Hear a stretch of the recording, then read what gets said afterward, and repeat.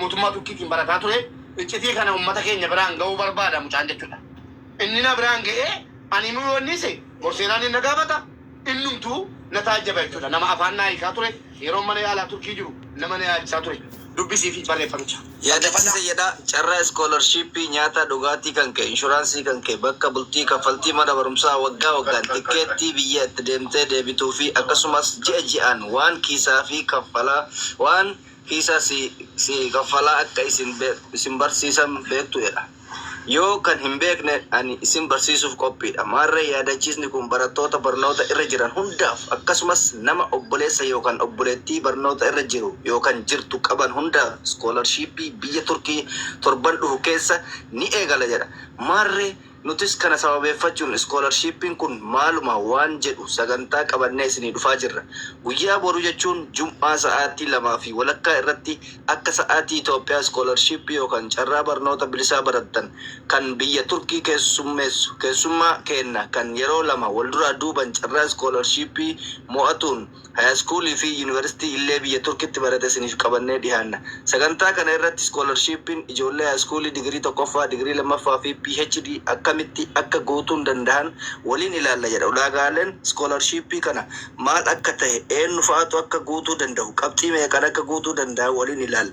Faayidaan iskoolarshipii kun namaa kennu maal akka ta'eefaa kan waliin ilaallu ta'a yookaan ergaa barnoota xumuranii booda achitti hojjechuu barbaadanii yookaan achirraa biyya Awurooppaa deemuu danda'an gaafii jedhufaa kan keessatti ilaallu ta'edha. Hubachiisa.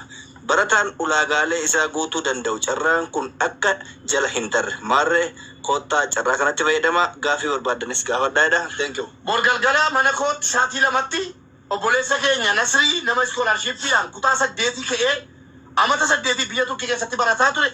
Iccitii kana Oromoodhumatu Oromoodhaa dhimma gatii ta'eefi akka darraa anaaf afaanii kaa ture biyya Turkii keessatti afaanii kaa ture mana yaalaa isa na yaalchisaa ture yaala koo guutuu ammallee lammaffaa isa biran deemaa jira Februaarii keessa. Tiktokii eessaan Oromoo argadheenaan tiktokii buufadhuun jedhani. Gurbaan Nasriyaan olee waliin baratee Adaabaadhaa bor dhufaa jira gatii ta'eefi Oromoo wanni inni isinirra barbaadu tokko ittiin hin jiru. Anaan nama hedduu qabda Oromoo wallee qunnamsiisennaan tiktokii buufachiisee kuma darbee jira. Bor viidiyoo taa'ee akkuma kiyyaa kana isin barsiisudha.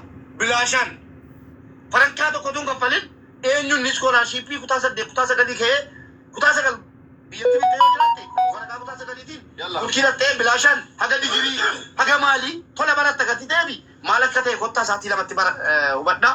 Galatoomaa ulfaadhaa mana kottoon argita sa'aatii 2 galgala akka Itoophiyaa. Baay'ee dabi. Kiyyaa Abbaa miskiinaa ብሎ ስሙን ጠራ። አቦ እጃችሁ ይባረክ በረካ ሁኑልኝ። እኛ አንቻለን።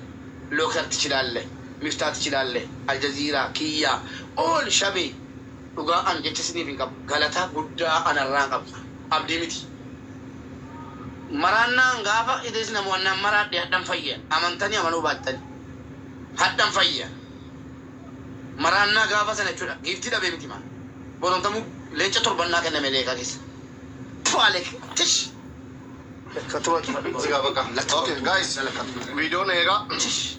Video to ko amma sinyo jodha. I love you. Alhamdulillah rabbil alamin. Thank you so much. Bye.